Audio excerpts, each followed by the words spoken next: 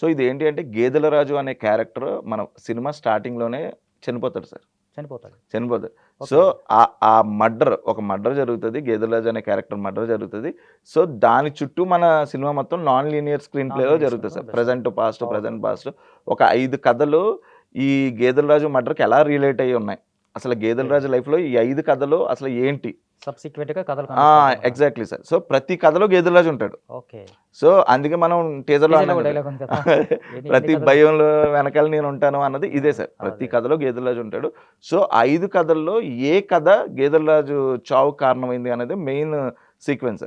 So ఈ ఇచ్చోటనే అనేది ఏదైతే ఉందో రాజు మహారాజు అనేది గేదెల రాజు చనిపోయిన తర్వాత వచ్చే పాట సార్. సో దాన్ని మనం ప్యాథటిక్గా వెళ్ళలేదు సార్, సరదాగా వెళ్ళాం. అంటే ఆయన అందరూ తిట్టుకుంటూ ఉంటారు, పోయాడు అన్నట్టు ఒక బాధ చూపిస్తూనే తిట్టుకుంటూ ఉంటారు, వీడు ఎలా చేశాడు అలా చేశాడు అన్నట్టు తిట్టుకుంటూ ఉంటారు. కొంచెం అలాగే రెండు సింక్ అయి ఉంటాయి, రెండు రిలేట్ అయి ఉంటాయి. అలా వచ్చే సాంగ్ సార్ చాలా ఇంపార్టెంట్ సాంగ్ సార్ సినిమాలో. అలాగే బేబీ గారు కూడా ఒక పాట పాడారు, ఆ పాట సందర్భంగా ఆ పాట అయితే మన సినిమాలో ఒక క్రేజీ సాంగ్ సార్. మంచి డాన్స్ ఉంటది. సో రఘు గారు కూడా మంచి కలర్ఫుల్ గా కనిపిస్తారు. ఆ పాటలో కూడా ఆయన ఉంటారు సార్. ఒక హీరో హీరోయిన్ కూడా ఉంటారు సార్, వికాస్ అండ్ మౌనిక అని చెప్పి వాళ్ళిద్దరూ ఉంటారు సార్. ఇది సెలబ్రేషన్ సాంగ్ సార్, క్లియర్ గా సెలబ్రేషన్ సాంగ్. ఆవిడతో పాడించాలని నిర్ణయం మాత్రం రఘు గారిది సార్. మామూలుగా ఇలాంటివి చేస్తుంటారు కదా, ఎక్స్పెరిమెంట్స్ అన్ని చేస్తూ ఉంటారు కదా. నిజానికి ఆయన ఇలాంటి వాళ్ళని వెలుగులో తీసుకొచ్చిన సందర్భం కూడా ఆయన కనిపిస్తూ ఉంటుంది రఘు గారు. ఒక గుడ్డి వాళ్ళతో పాడించవచ్చు కావచ్చు, ఇట్లాంటివన్నీ కొంచెం చాలా ప్లస్ అవుతుంది. అయితే మిగతా క్యారెక్టర్ల పరంగా ఎట్లా ఉండబోతారు అంటే మీరు చెప్పినట్టుగా నిజానికి ఉపకథల్లాగా ఒక 5 ఉన్నట్టు కనిపిస్తున్నట్టు, ఒక ఇద్దరు అమ్మాయి అబ్బాయి రావడం, ఒక లవ్ స్టోరీ లా ఉండొచ్చు, లేకపోతే ఒక బీచ్ దగ్గర ఒక సీక్వెన్స్ కావచ్చు, లేకపోతే ఇవన్నీ డిఫరెంట్ కనిపిస్తూ ఉన్నాయి. ఈ క్యారెక్టర్స్ ఎలా ఉండబోతుంది? యాక్చువల్లీ మన సినిమాలో 2 జంటలు ఉంటాయి సార్. అండ్ శివయ్య అనే ఒక క్యారెక్టర్ ఉంటుంది, డెక్కా అనే ఒక క్యారెక్టర్ ఉంటుంది. డెక్కా కుర్రోడు సార్, ఒక 19-20 years కుర్రోడాడు. శివయ్య అనేది ఏంటి అంటే ఒక ఇట్స్ లైక్ హీజ్ అరౌండ్ 45-50 కనిపించే ఒక క్యారెక్టర్, నాటకాలు వేసుకునే ఒక క్యారెక్టర్ అతను.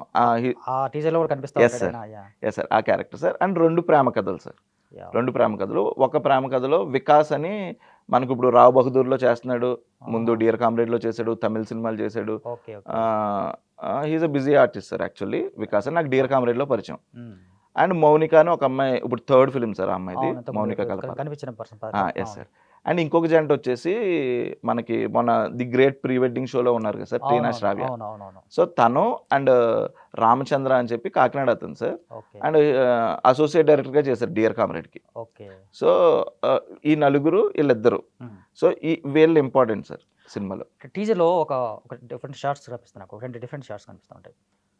కొడితే అందరు టప్ప కొట్టేస్తున్నారు, 1 by 1 ఒక డిఫరెంట్ క్యారెక్టర్స్. దాంతోపాటు ఆ పోలీస్ క్యారెక్టర్ ఒక స్కెచ్ గీసినట్టుగా కనిపిస్తూ ఉంటుంది, ఒక డిఫరెంట్గా. ఆ స్కెచ్లు కూడా 3 లేదా డిఫరెంట్ క్యారెక్టర్స్తో కనిపించినట్టుగా కనిపిస్తూ ఉంటుంది. అంటే ఎలా ఉంటుంది సార్ అది? Exactly sir. ఇప్పుడు ఇది డిఫరెంట్ సినారియోస్లో జరిగే ఇన్సిడెంట్స్ సార్ ఇవన్నీ. సో వాటిని మనం అంతా రిలేట్ చేసుకుంటూ వచ్చాం సార్. సో నేను ఏదైతే ఇన్వెస్టిగేషన్ ప్రాసెస్ అనేది ఉంటుందని చెప్పానో, ఈ పోలీసులు మెయిన్ చేసేది పోలీసులు సార్. అండ్ దానికి రిలేటెడ్గా మన శివయ్య క్యారెక్టర్ కూడా టీజర్లో గేస్తూ ఉంటాడు. సో వీళ్ళిద్దరి మధ్య ఏం జరుగుతూ ఉండే అంటే వీళ్ళ ప్లాను సిమిలర్గానే ఉంటుంది సార్. సో అది ఎందుకు ఉంది, ఆ సిమిలర్గా ఉన్న ప్లాన్కి ఈ క్యారెక్టర్లకి సంబంధం ఏంటి?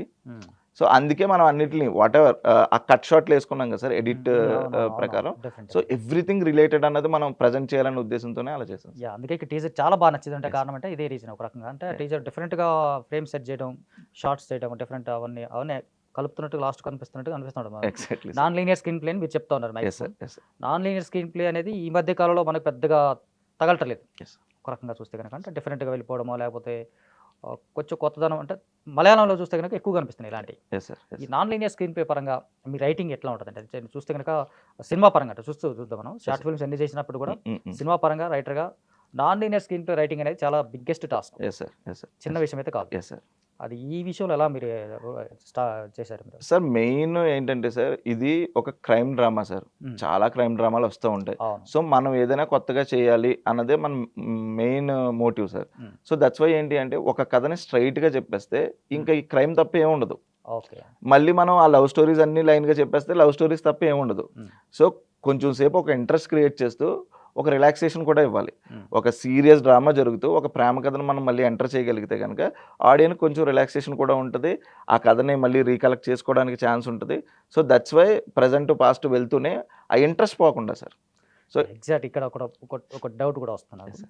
ఈ నాన్ లీనియర్ స్క్రీన్ ప్లేలో క్రైమ్ బ్యాక్ డ్రాప్లో వచ్చినటువంటి కథలు ఈ మధ్య కాలంలో తక్కువ వచ్చిందని చెప్పాను, కానీ తక్కువ వచ్చిన సినిమాలన్నీ కూడా పెద్దగా ఆకట్టుకోలేదు.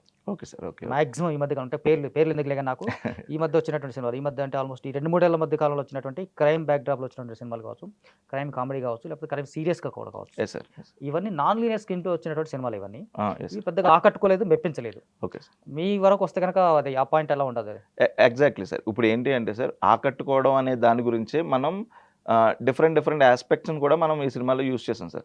సో ప్రేమ కథ, ఇప్పుడు ఒక క్రైమ్ సినిమాలో ఏంటి అంటే ఒకే క్రైమ్ మీద వెళ్తూ ఉంటుంది. సో ఆ క్రైమ్కి రిలేటెడ్ మళ్ళీ వెనకాల కూడా అదే ఉంటుంది.